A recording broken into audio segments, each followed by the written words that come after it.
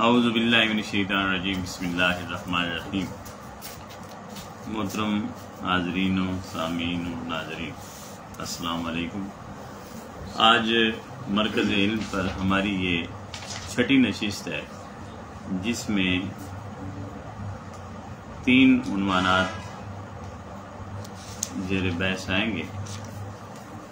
پہلے فقہ، پھر آداب و معاملات ہیں، اور پھر افکار میں ہم مسلم مفکرین کا تعارف دیکھیں گے، اور ابتدائی طور پر ہم شیخ احمد سرہندی رحمۃ اللہ علیہ اور حضرت مولانا جلال الدین رومی رحمۃ اللہ علیہ کے حوالے سے مختصراً جانیں گے۔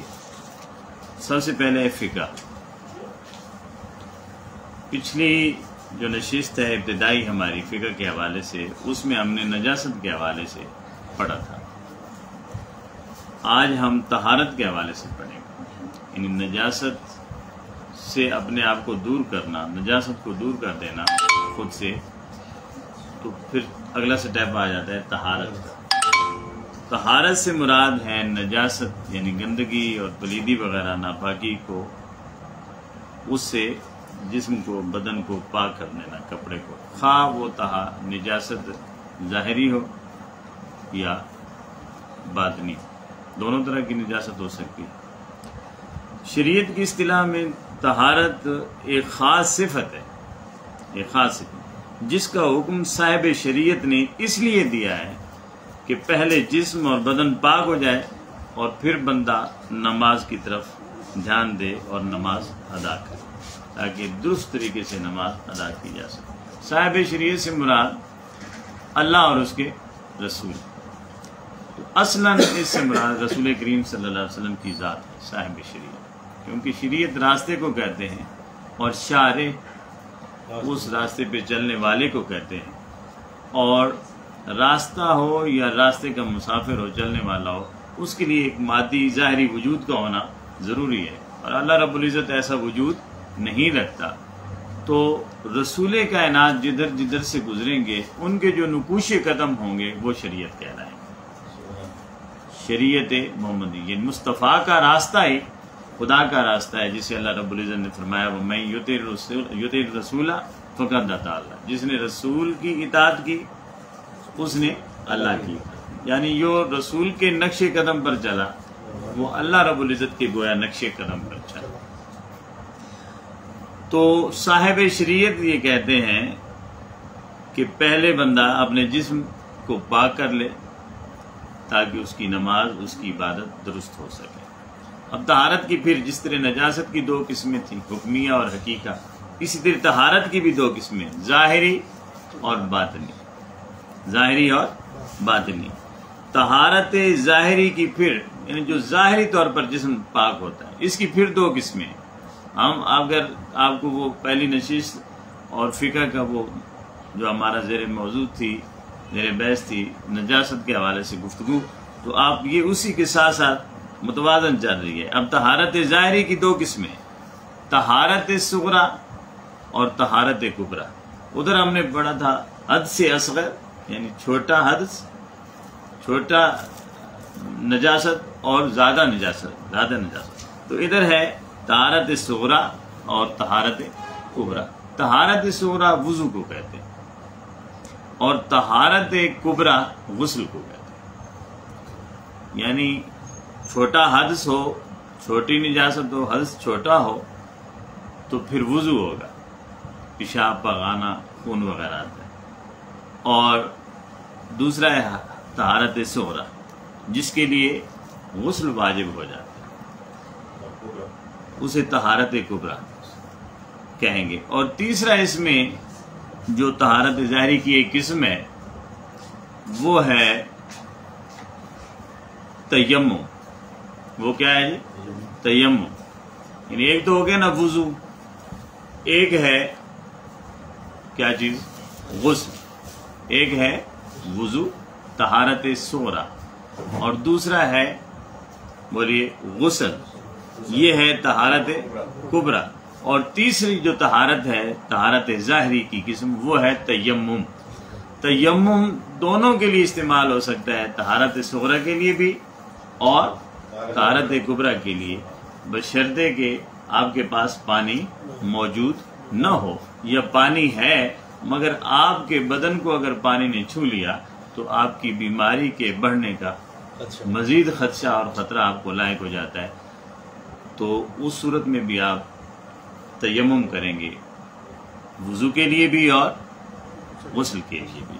قرآن کریم میں یہ سارا موضوع بڑی تفصیل کے ساتھ، اور میں یہ چاہتا ہوں کہ میں یہ آیت آپ کو سنا دوں، طویل لمبی آیت ہے سورہ مائدہ کی۔ اللہ رب العزت نے فرمایا یا ایھا الذین آمنوا اذا قمتم الی الصلاۃ، اے ایمان والو جب تم نماز کے لیے کھڑے ہوتے ہو، فاغسلوا وجوہکم، تو اپنے چہرے کو دھو لو، چہروں کو، وایدیکم، اور اپنے ہاتھوں کو بھی دھو لو، الی المرافق، کہاں تک؟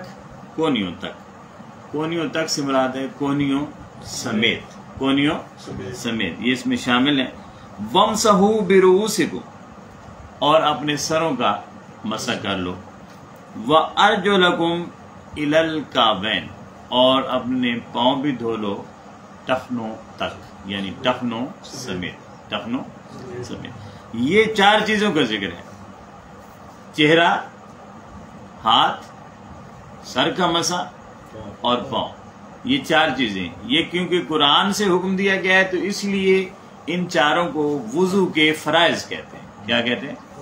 وضو کے فرائض کہتے ہیں، سنتیں الگ ہیں، یہ آگے اب اسی موضوع میں ہم پڑھ لیں گے انشاءاللہ۔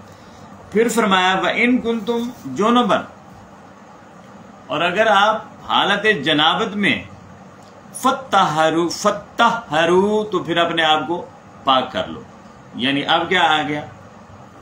غسل، یہاں سے غسل واجب اور فرض ہو گیا۔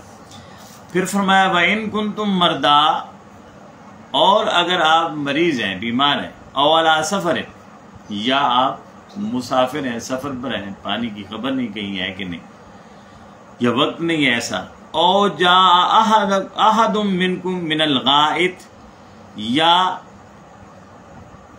آپ رفع حاجت کی ہے، آپ نے رفع حاجت کی ہے۔ اور چوتھی صورت أَوْ لَامَسْتُمُ النِّسَاءَ، یا تم عورتوں کو چھو بیٹھے ہو، یعنی مجامت کر بیٹھے ہو، مباشرت کر بیٹھے ہو۔ یہ کتنی چیزیں ہو گئی؟ چار چیزیں۔ ان کنتم مریض، مسافر، رفع حاجت کرنے والا، پاخانہ پیشاب کرنے والا، اور مجامت یا مباشرت کرنے والا، یہ چار لوگ۔ ان چاروں کے لیے حکم یہ ہے کہ فلم تجدوا ماء، تمہیں پانی نہیں ملا، پانی مل جاتا تو پہلے تینوں نے کیا کرنا تھا؟ وضو کرنا تھا، اور چوتھے نے کیا کرنا تھا؟ غسل کرنا تھا۔ سمجھ آ رہی ہے نا؟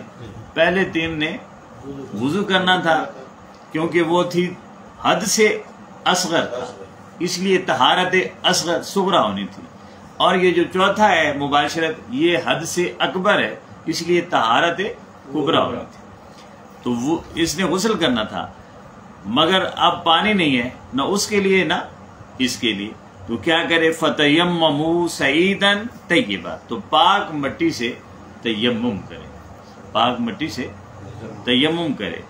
اور تیمم کے پھر فرائض دو ہیں، اور دو ہی اس کے رکن آپ سمجھ لیں گے۔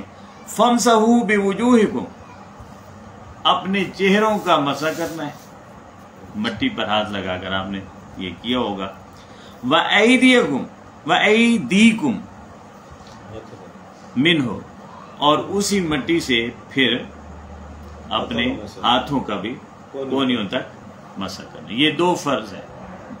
نیت کرنا، نیت کرنا تیمم کا وہ تو ہے نا، نیت سنت ہے، نیت سنت میں جی تین فرائض کہتے ہیں، پہلے ایک نیت کرنا، دوسرا یہ منہ اور ہاتھ۔ تو یہ چیزیں جو ہیں، یعنی اب یہ جو ہوگا تیمم میں دو ہیں، چہرے کو مٹی کے ساتھ ہاتھ مس کر کے چہرے کو ملنا، اور یہ کونیوں تک اپنے ہاتھ ایک دفعہ، یہ ایک دفعہ، لیکن مکمل طور پر ہو۔ مثلا یہ انگوٹھی پہنی ہوئی ہے تو پانی استعمال کر رہے ہیں تو آپ انگوٹھی اتارنے کی ضرورت نہیں ہے، مگر اگر پانی استعمال نہیں کر رہے تو پھر تیمم کر رہے ہیں تو پھر اس انگوٹھی کو اتاریں گے تاکہ آپ کا ہاتھ یہاں بھی اس جگہ پر بھی لگے. اسی طرح گھڑی ہے، بعض گھڑیاں جو واٹر پروف ہوتی ہیں تو پہنے رکھتے ہیں، مگر جب تیمم کر رہے ہیں تو اس گھڑی کو اتارنا ہوگا یا اس کو ایسے، کیونکہ اس میں ایک ترتیب سے جانا ہوتا ہے آنا ہوتا ہے، اس لیے یہ جگہ بالکل صاف ہونی چاہیے، خالی ہونی چاہیے.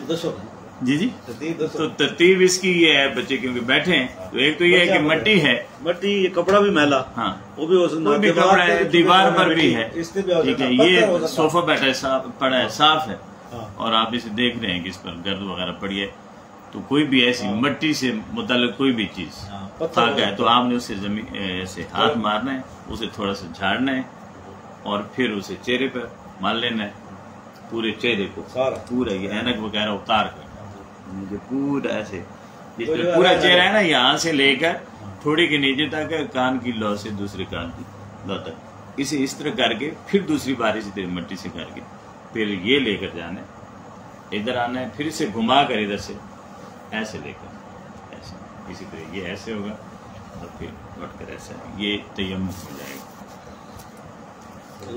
اس میں ایک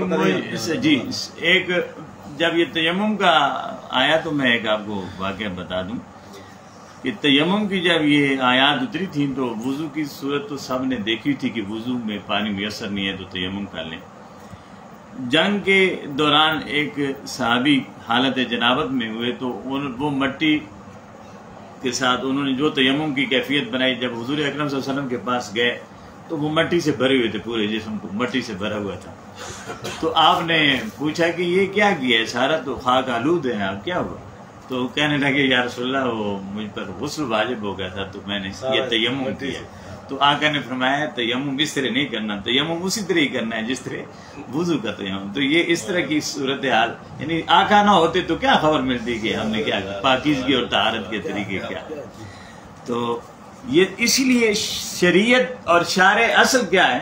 حضور کی ذات، حضور اکرم صلی اللہ علیہ وسلم کی ذات. تو قرآنی آیت میں نے آپ کو ساری پڑھ کر سنا دی ہے. تیسرا کیا ہوا جی؟ تیمم. تیسرا کیا ہے؟ تیمم. وہ چاہے وضو کے لیے کریں یا غسل کے لیے کریں تو اس کے لیے تیمم کی ایک ہی صورت ہے اور دو ہی فرائض ہیں، یعنی چہرے کو دھونا ہے، چہرے پہ ملنا ہے ہاتھ اور بازوؤں پر. ایک چیز جو ہم آپس میں بیٹھے ہیں تو میں یہ عرض کر دوں کہ بعض اوقات ہم جو رشتے ازدواج سے منسلک ہیں تو بعض اوقات دیر ہو جاتی ہے، تاخیر ہو جاتی ہے نہانے کے لیے، یا فوراً آپ نہانے بے شک چلے بھی جائیں، لیکن اس سے پہلے وہیں بیٹھے بیٹھے مومن کی طہارت کا کمال یہ ہے کہ اسے وہیں بیٹھے بیٹھے تیمم کر لینا چاہیے تاکہ اگلے 2 منٹ 4 منٹ جتنے بھی ہیں وہ بعد میں غسل ہو جائے گا، مگر فوراً تاکہ پاکیزگی اور طہارت نصیب ہو جائے. اور اہل اللہ نے یہ جو طہارت ہم بعد میں غسل کی صورت میں یا تیمم کی صورت میں ہوتی ہے، یہ کہتے ہیں اللہ نے جو تم پر اس تسکین کی صورت میں انعام کیا ہے، اس انعام پر آپ کی طرف سے یہ جو طہارت ہوتی ہے یہ ہدیہ تشکر ہوتی ہے.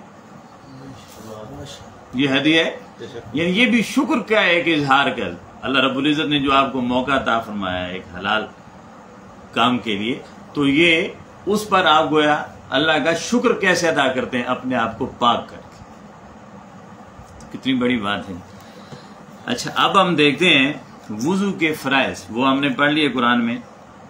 4 فرائض ہوئے، کون کون سے جی؟ آپ دہرا دیں. چہرے کا دھونا. کیا جی؟ چہرے کا دھونا.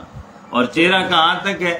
یہاں سے لیں گے بالوں کے آغاز سے لے کر یہاں یہ جو ہماری گردن ہے یہاں تک یہ لمبائی ہے، اور کانوں کی لو سے دوسرے کان کی لو تک یہ اس کی چوڑائی ہے، یہ مکمل.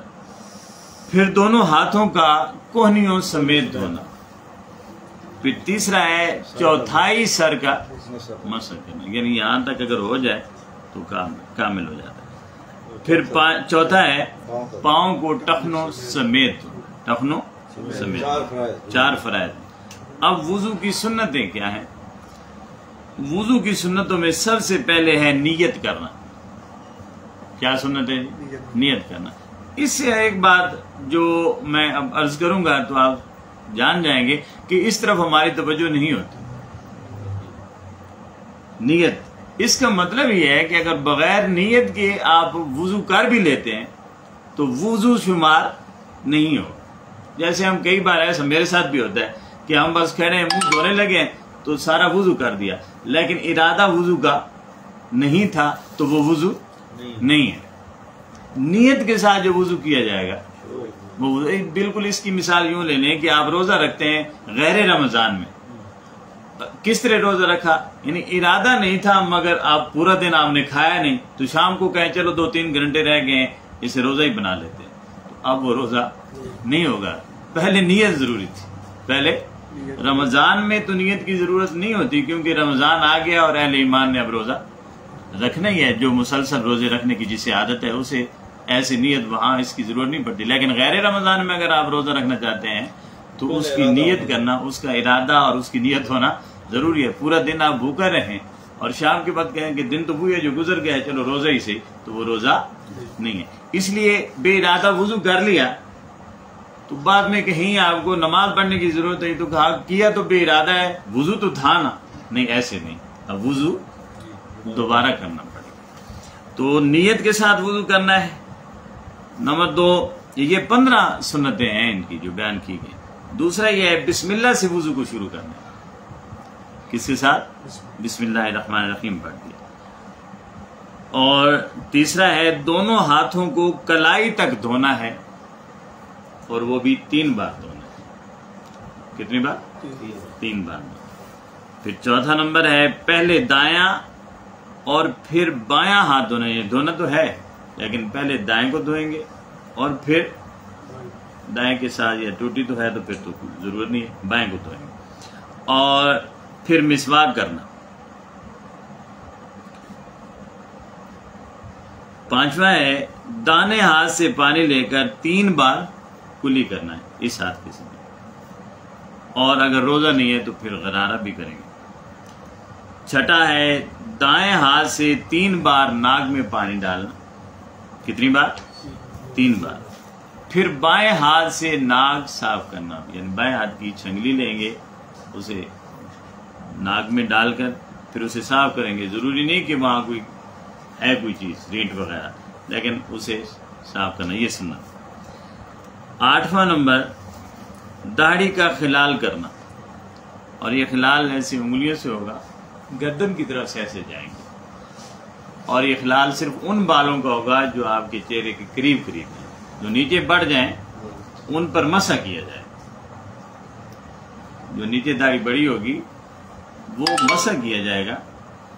اسے اندر سے تر کرنا، اور تر بھی کس طرح؟ خلال کرنا، وہ تر ہو یا نہ ہو. لیکن یہ جو میری داڑھی ہے یا طارق صاحب کی ہے یا شہباز صاحب کی داڑھی ہے، اس داڑھی کو مکمل پانی میں اتارنا ہوگا. یہ اس پر پانی اس کی جڑوں تک پانی جائے، اس کی جڑوں تک پانی جائے، غسل کی صورت میں بھی وضو کی صورت میں. تو خلال کرنا ہے یعنی انگلیوں کو گلے کی طرف سے داڑھی میں ایسے ڈالنا ہے اور پھیرنا ہے کنگھی کی طرح سے. پھر ہاتھ پاؤں کی انگلیوں کا خلال کرنا ہے، ہاتھ کی بھی اور پاؤں کی انگلیوں. پہلے دانا ہوگا پھر بایاں. وضو میں دھلنے والے ہر حصے کو کتنی بار دھونا ہے؟ یہ سنت ہے 3 بار. کتنی بار؟ 3 بار. پھر پورے سر کا مسح، 1/4 سر کا فرض تھا، پورے سر کا مسح 7 ہو جائے تو پھر فرض بھی پورا ہو جاتا ہے اور سنت بھی پوری ہو جاتی ہے. کانوں کا مسح کرنا، یہ کانوں کو ایسے ہم مسح کرتے ہیں پھر ایسے.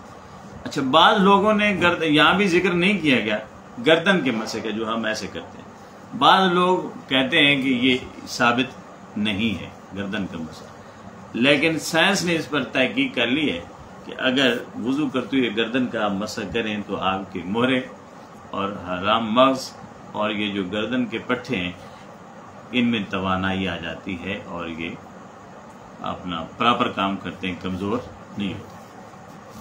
تو اس کا مطلب ہے اس سے مراد یہ ہے کہ آپ گردن کا مسح اگرچہ ثابت نہیں ہے مگر کر لینا چاہیے. جن کے نزدیک ثابت نہیں ہے ہم تو کرتے ہیں ظاہر. پھر 13واں ہے ترتیب سے وضو کرنا. کس طرح؟ ترتیب کے ساتھ. پھر 14 نمبر ہے داڑھی کے جو بال منہ کے دائرے سے باہر ہیں، یعنی یہاں سے یہ باہر آ گئے، آگے نکل ہے، تو ان کا مسح کرنا ہے۔ ان کا کیا کرنا ہے جی؟ مسح کرنا ہے۔ انہیں مکمل طور پر بالوں کو پانی سے تر کرنا ضروری نہیں ہے۔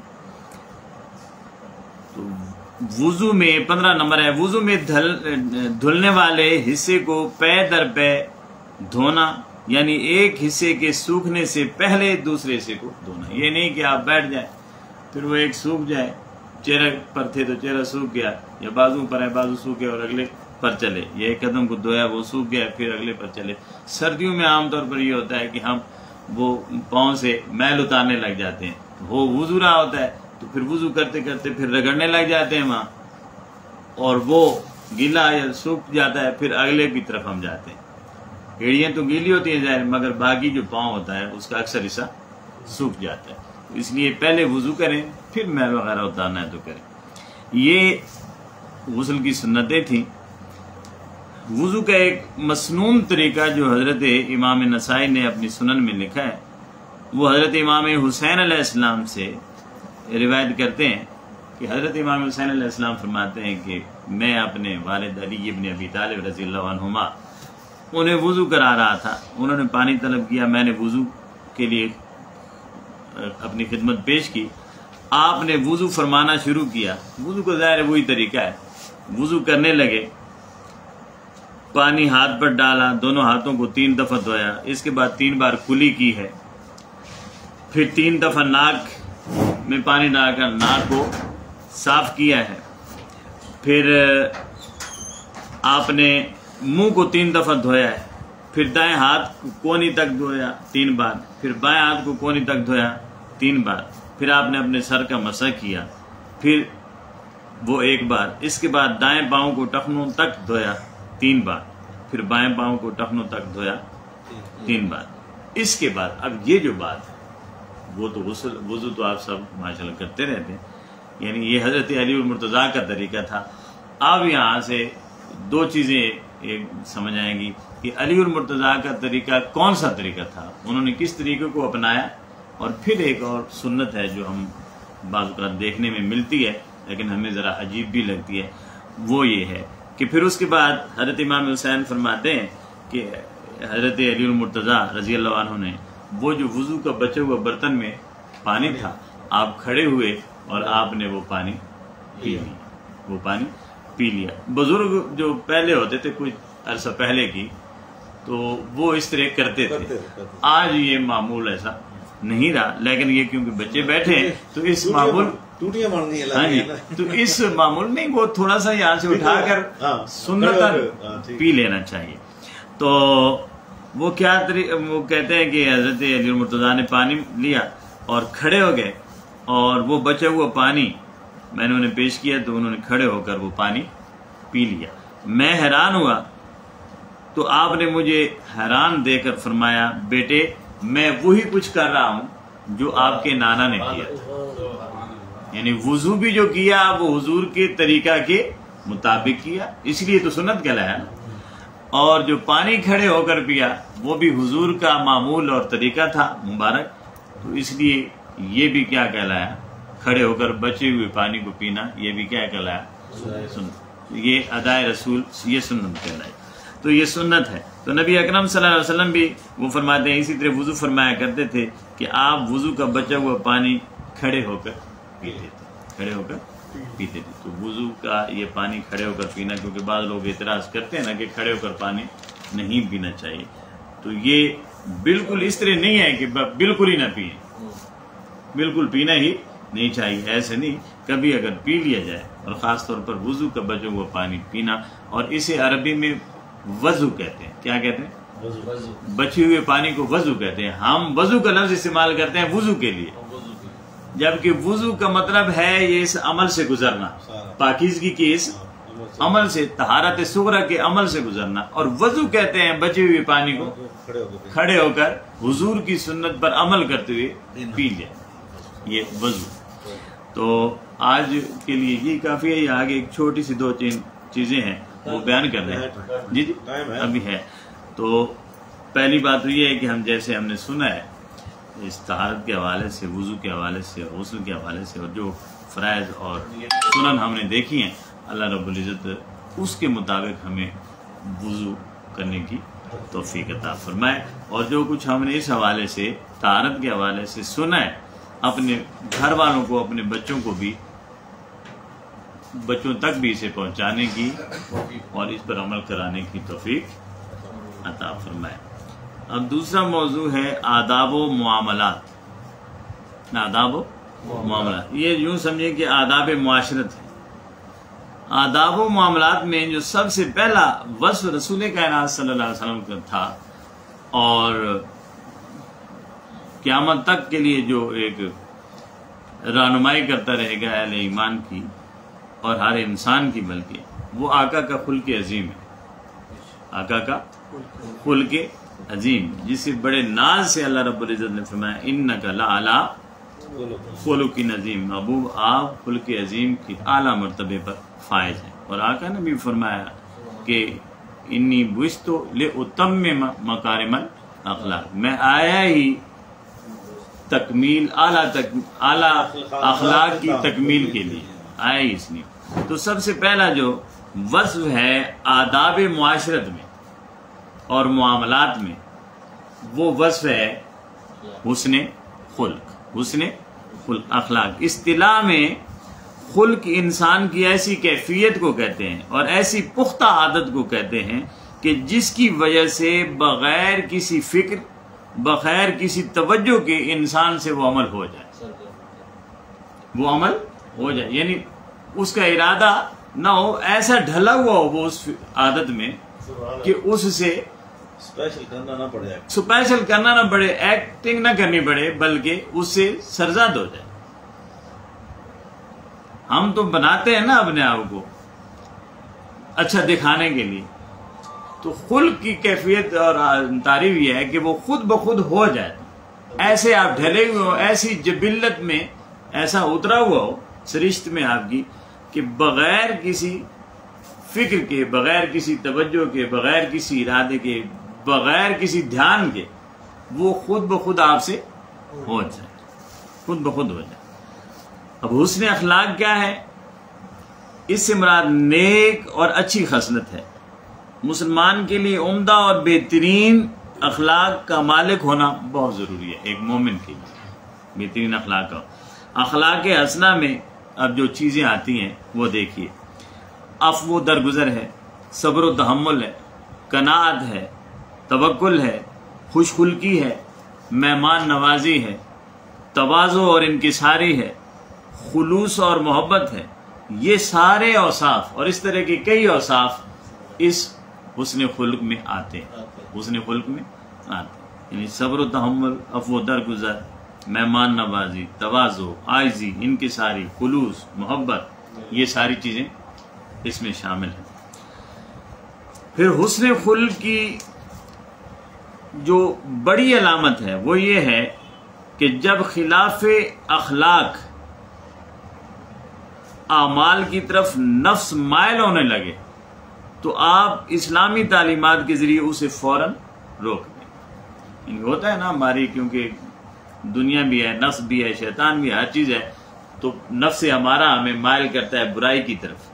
اب اس سے بڑا حسن خلق فرمایا نہیں ہے کہ جب نفس ہمارا آپ کو برائی کی طرف مائل کرے تو آپ فوراً اسے وہاں روک دیں اور آپ اسلامی تعلیمات پر عمل پیرا ہونے لگے۔